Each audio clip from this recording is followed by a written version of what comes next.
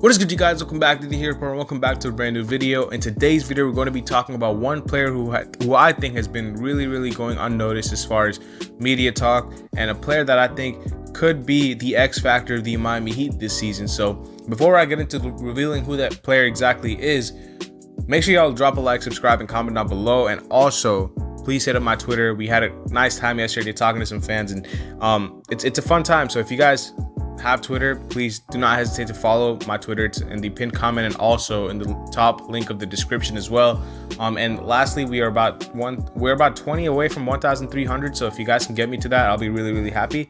And in return, I'm gonna keep on providing you some nice videos to watch, and this is gonna be one of them, man, because I wanted to do this video for a while now, because I think this player is really being going under the radar. A lot of people are talking about different players on the Heat that could be the reason why we make a finals run. Obviously, they're talking about Jimmy, they're talking about Bam, the two stars. Everyone is talking about Kyle Lowry as a new addition, PJ Tucker as well.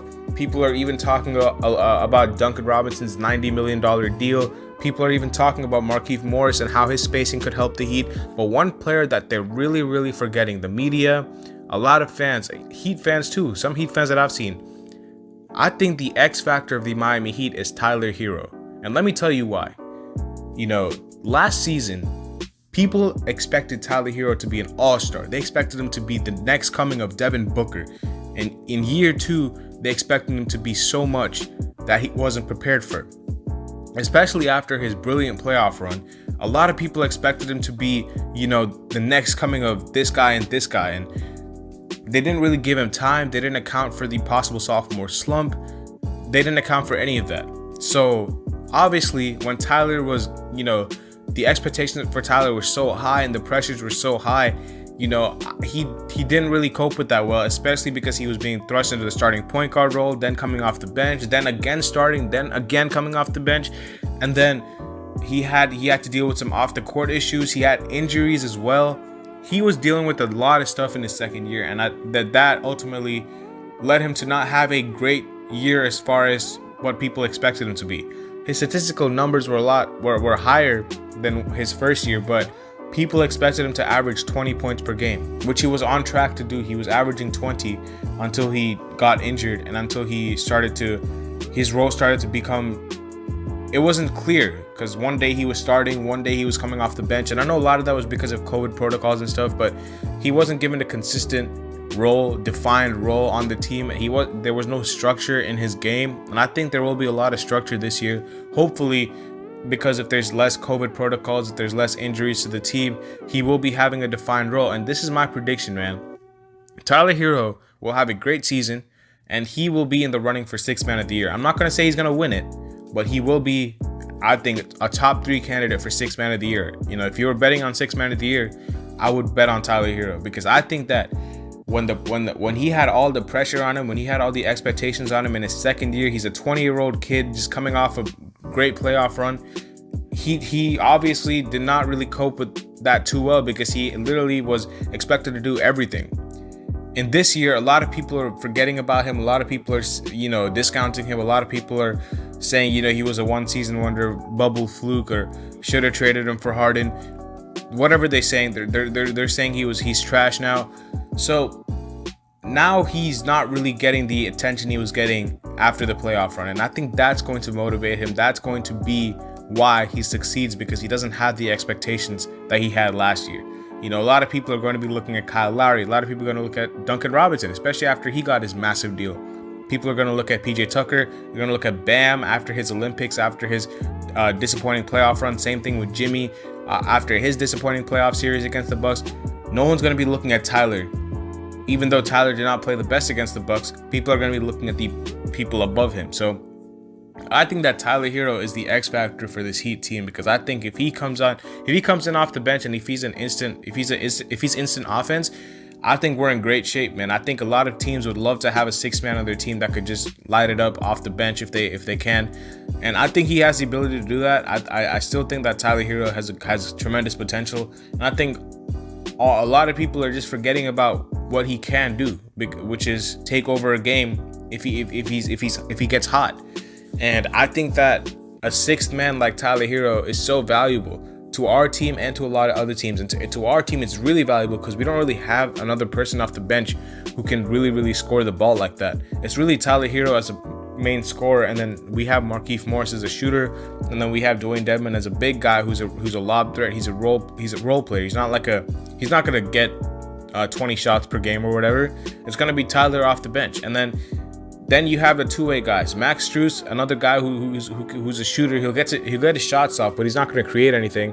Gabe Vincent, same thing. You know, Tyler is like the only source of shot creation off the bench, in my opinion, because I don't think we have anyone else besides Victor Oladipo if he comes back healthy, which we don't have until March probably, or Jan, Feb, March, somewhere in those spring months. We don't have Victor Oladipo.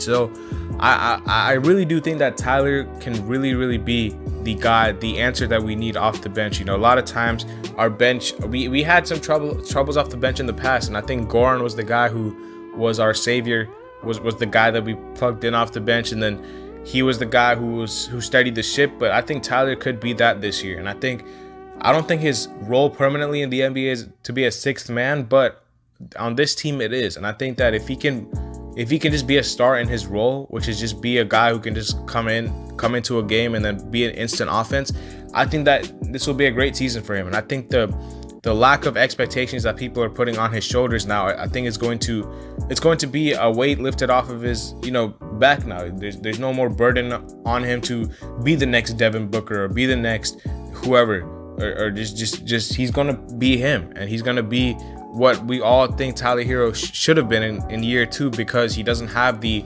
expectations, and he has a full year, he has a full offseason under his belt now. Last year he didn't have that full offseason. He just came to the year without a full offseason. He had a shorter offseason, and for a younger player, that's big because you don't really get to work on your skills. You don't get to play in the summer league. He didn't have that last year. This year, he has a full offseason to work on whatever he needs to work on. He switched his trainer. Like I said, Drew Hanlon is one of the best trainers in the NBA. He trains guys like Joel Embiid. He trains guys like Jason Tatum. Trust me, Drew Hanlon is that guy when it comes to training. He's one of the best trainers. Him, Chris Johnson, Phil Handy, people like that. These guys are really good trainers. So I'm confident that Tyler Herro, with his new trainer, with his with a greater offseason, he's even trying to bulk up, gain some more muscle. I think this is going to be a great season for Tyler. I'm super happy, and I'm predicting that he's going to be in the running for Sixth Man of the Year, and he's going to be a guy that we could put in a closing lineup. And if we need to close a game, if we're down by whatever, and Duncan's not hitting shots, you can easily replace him with Tyler in crunch time, and then this will allow Tyler to be a scorer if we need to. Because the thing about Tyler was that when we were in the playoffs, I'm pretty sure it was him that played about every fourth quarter minute or something like that. I think he played the most fourth quarter minutes on the team. It was a stat like that where Tyler Herro had played the most fourth quarter minutes on the team, which is big because that shows how much Spo trusts him. And I think that he can get back to that this year if we need him. This is going to be a big season for Tyler. I'm super happy. I think that he's going to be the X factor of this team. I'm not going to lie to you guys. I really do think that. And I think that he's a guy that is being forgotten right now as far as who's on the Heat. A lot of people are talking about the new additions. They're talking about Jimmy, Bam, Victor, but no one, and Duncan, but no one's really talking about Tyler. And I think that he's going to use that as fuel to the fire. He's going to use that as motivation, and he's going to have a rejuvenated third season, in my opinion. So please come back to this video. Whether if Tyler Herro is going off, please come back to this video. If Tyler Herro is not going off, you can clown me, but I think that he will be doing really well this season. This is not just my prediction, because I just think that the way that his second year has gone, with all the pressure he had, all the expectations he had, all the stuff he was dealing with off the court, his injury issues, his role wasn't defined, shorter offseason, so many things were going against him. And I think that this year it's a fresh new slate with a normal offseason. No injury issues. His role is going to be defined. He's not going to be starting, so he's going to be coming off the bench. He's going to be that sixth man of the team because you don't really have anyone who's going to take shots away from him. I think that this is going to be a big season for him, and I'm super happy. I'm super excited to see what he's going to bring to the team. And yeah, that's what I have to say about Tyler. Before I close out the video, though, I do want to talk about Goran real quick. I know he's not a Heat player, but I've seen some Raptors fans upset with what he said about I'm pretty sure, quote unquote, this is what he said. He said, "Toronto is not where I want to be. I have higher ambitions." Now I don't know if this is exactly what he said because he was speaking Slovenian, and I don't know if the translated version was exactly accurate, but a lot of Raptors fans are upset, and I can understand it because, you know, that's kind of disrespectful to say, but I don't think he meant it like that. I think what he was trying to say was that he wants to compete for a championship because he's already 35, and then playing for a team that's not really, you know, no disrespect to the Raptors, but they're not anywhere near competing for a championship. They didn't even make the playoffs last year. This year, you can some people can argue they're not going to make it the playoffs this year. So I understand what he's trying to say. I just don't think I could have said it like that. I would have said it like that, but like I said, I don't know if the translated version is correct or wrong because I don't speak Slovenian. So if that is what he said, if the translated version is correct, where he said I have higher ambitions and Toronto's not where I want to be, that is a little bit disrespectful. You know, I'm not gonna lie to you. You know, I like it though. I like what he said. He was dissing the Raptors while wearing a Heat culture T-shirt. So that was really, you know, funny to see. I was super happy with that. But I just wouldn't have said that because, you know, think about it. If Kyle Lowry in his introductory media press conference was like, yeah, I don't want to be in Miami, I have higher ambitions, like, we would be pissed. So I mean, Goran said it to the Raptors. The Raptors fans are a little bit unhappy, but and that's understandable. But I really don't think Goran was meaning it with disrespect. I just think it came out that way. So and he did apologize later. Whether you think it was a fake apology or not, he apologized. So it is what it is. But Goran is not a Heat player anymore, so I wish him all the best wherever he goes. We have a nice roster for next year, man. A lot of people are talking about how Kyle Lowry is not an upgrade on Dragic and this, that, and the other. People are talking about how Dragic is not far off from Lowry. I'm sorry, man. I love Goran. I think his number should be retired, but there's no way you guys are telling me this right now. Someone even said on Twitter that Goran is a better scorer than Lowry or something like that, and I had to reply with the Michael Jordan, you know, the gif where it's like, stop it, get some help. I had to reply with that because I was like, what are you talking about? There's no way you think Goran is a better scorer than Lowry. We already saw off the bench last year how much struggles he had after coming off his injury and all that stuff. There's no way. There's absolutely no way. Goran Dragic does not do, at this moment, Goran Dragic does not do anything better than Kyle Lowry. Kyle Lowry is a better defender, playmaker, shooter, scorer, whatever else you want to say, rebounder. He's a better leader. He's better in the clutch. And this, like I said, no disrespect to Goran, man. Goran was a Heat legend, but you have to call a spade, and Kyle Lowry is clearly the better player. I don't care what anyone says.